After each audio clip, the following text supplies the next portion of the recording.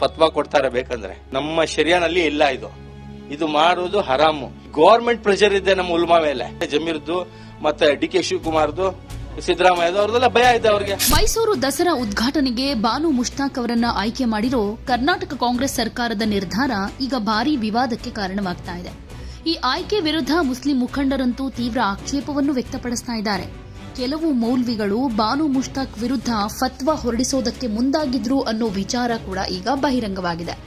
ಆದರೆ ಸಚಿವ Zameer Ahmed, DCM DK Shivakumar ಹಾಗೂ ಮುಖ್ಯಮಂತ್ರಿ ಸಿದ್ದರಾಮಯ್ಯನವರು ಮೌಲ್ವಿಗಳ ಮೇಲೆ ಒತ್ತಡ ಹೇರಿ ಫತ್ವಾ ಹೊರಡಿಸದಂತೆ ಬೆದರಿಕೆ ಹಾಕ್ತಿದ್ದಾರೆ ಅಂತಾನೂ ಒಂದಷ್ಟು ಆರೋಪಗಳಿದೆ.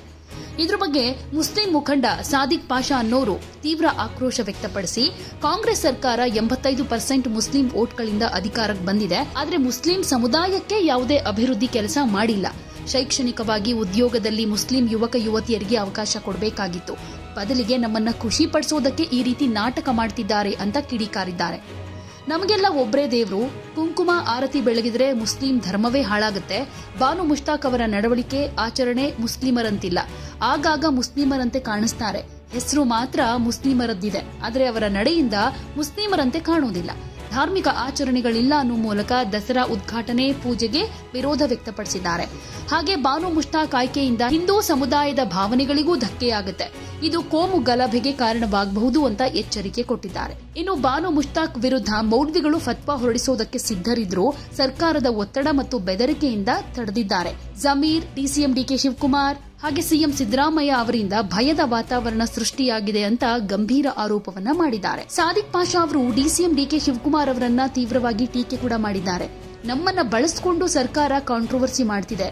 KJDJ ಹಳ್ಳಿ ಕೇಸ್ನಲ್ಲಿ ಸಿಲುಕಿದ ಅಮಾಯಕರು ಒಳಗ್ ಹೋಗಿದ್ದಾರೆ.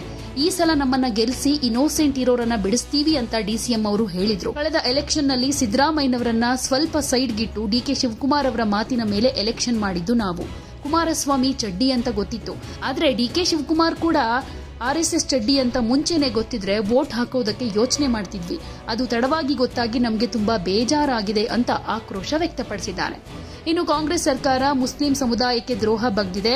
ಇದೇ ರೀತಿ ಮುಂದುವರೆದ್ರೆ ಮುಂದಿನ ಚುನಾವಣೆಯಲ್ಲಿ ತಕ್ಕ ಉತ್ತರ ಕೊಡ್ತೀವಿ ಅಂತ ಸಾದಿಕ್ ಪಾಷಾ ಎಚ್ಚರಿಕೆ ಕೊಟ್ಟಿದ್ದಾರೆ. ಇನ್ನು ಈ ಘಟನೆಯಿಂದ ಮೈಸೂರು ದಸರಾ ಆಚರಣೆ ಸಂದರ್ಭದಲ್ಲಿ ಕೋಮು ಸೌಹಾರ್ದತೆಗೆ ಧಕ್ಕೆಯಾಗುವ ಭೀತಿ ಎದುರಾಗಿದೆ. ಸರ್ಕಾರ ಈ ವಿವಾದವನ್ನ ಈಗಲೇ ನಿಭಾಯಿಸಬೇಕು ಅನ್ನೋದ್ರ ಬಗ್ಗೆ ಒಂದಷ್ಟು ಆಗ್ರಹಗಳು ಕೂಡ ಕೇಳಿ ಬರ್ತಾ ಇದೆ.